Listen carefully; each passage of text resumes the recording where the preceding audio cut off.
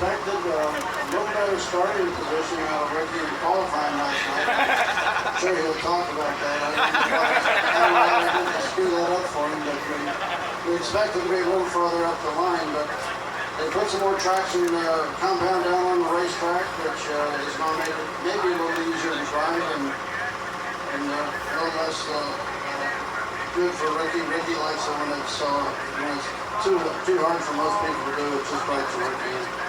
He was hoping they'd leave the traction material off of it so that it would be a little slicker. But it's going to be a lot of grip tonight. There'll be a lot of attempted passes. Some of them will be ill-advised. And keep the strickies going to stand off the fence. I've not been counting, but seems like half the season you haven't been in the fence, and I appreciate that.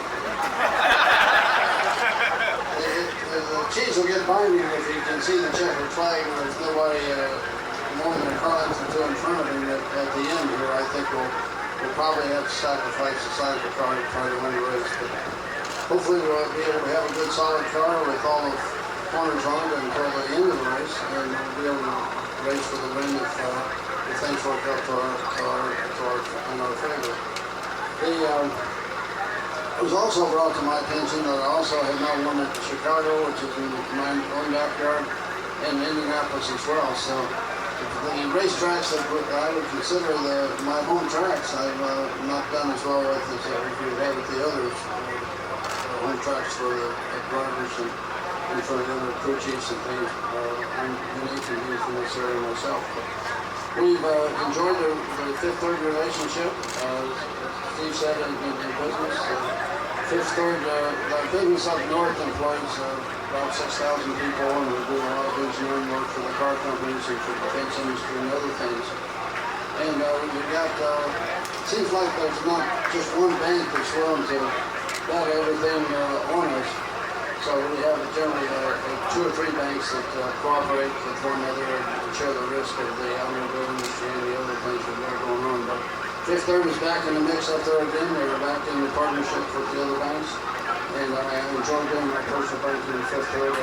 Jack and I switch up going first, and that way the person that goes last gets the last word. So, no, Jack's right. We definitely thought we would qualify somewhere around the 10th position, starting 16th tonight. I underdrove my lap, so my car felt really good. And, I was just a little too conservative. We went out second to last, and so I was sitting there watching all the other cars, and quite a few of them had some issues in turns 3 and 4, and so I kind of underdrove, didn't want to make a mistake, and it really cost us some spots. So that was calculated, Jack. So normally I don't calculate very much. I just go for it, and it gets us in trouble sometimes. But like Jack said, it's been a pretty good year for us. The 1.5-mile racetracks. I think I saw a stat today. Our average finish is like 10th on the 1.5-mile racetracks. We're in the top 10 as far as finishing positions go on these types of racetracks, and that's something that over the last few years that we've really struggled with. And the 1.5-mile racetracks are really the meat of our schedule.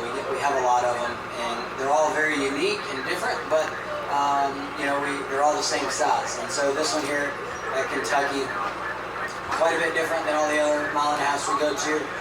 Turns 1 and 2 is pretty straightforward. If your car's handling, you can run the bottom of the racetrack and be really fast.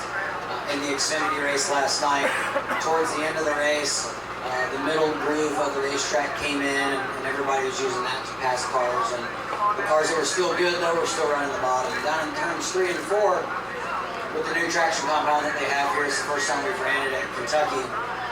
Everybody wants to run the middle part of the racetrack. And the reason why that is the bottom of the racetrack is really slick and it's flat. As you go up the racetrack, you get a little bit more banking. The grip of the traction compound takes a hold of your car, and you're able to go faster. And so you'll see us all fighting for that middle groove. At the start of the race, we start on the outside, so I believe I'll be in a really good spot going into turn 3. The biggest thing I got to watch for is the cars on the inside of me. They get really loose when they're underneath you, and a lot of crashes happen in turn 3. So I have crashed my fifth third Ford over there a couple years ago, very early in the race. So we're gonna try to steer away from that today. But you know, I watched the race last night, just trying to learn a little bit with the new traction compound, seeing how those cars were able to pass each other. It still seemed really tough. You know, the cars that were really fast didn't have as much, you know, trouble. So hopefully we got our car dialed in. Like I said, we start 16th. The practicing yesterday during the heat of the day, my car was a little bit loose the second practice, which I think, you know, going into the night race tonight, the track will gain grip and we'll be able to be a little bit faster and have more grip than we had during the sunlight. So everything's looking good for us tonight and ready to go. Y'all got a great spot to watch it from up here. So hopefully we'll be battling for the win and give y'all something to cheer for. But like Steve and Jack said, we appreciate everything Fifth Third Bank does for our company and me personally on my business side as well. Always enjoy coming up and meeting y'all and taking pictures. So enjoy the race tonight. And I think we're going to do some pictures.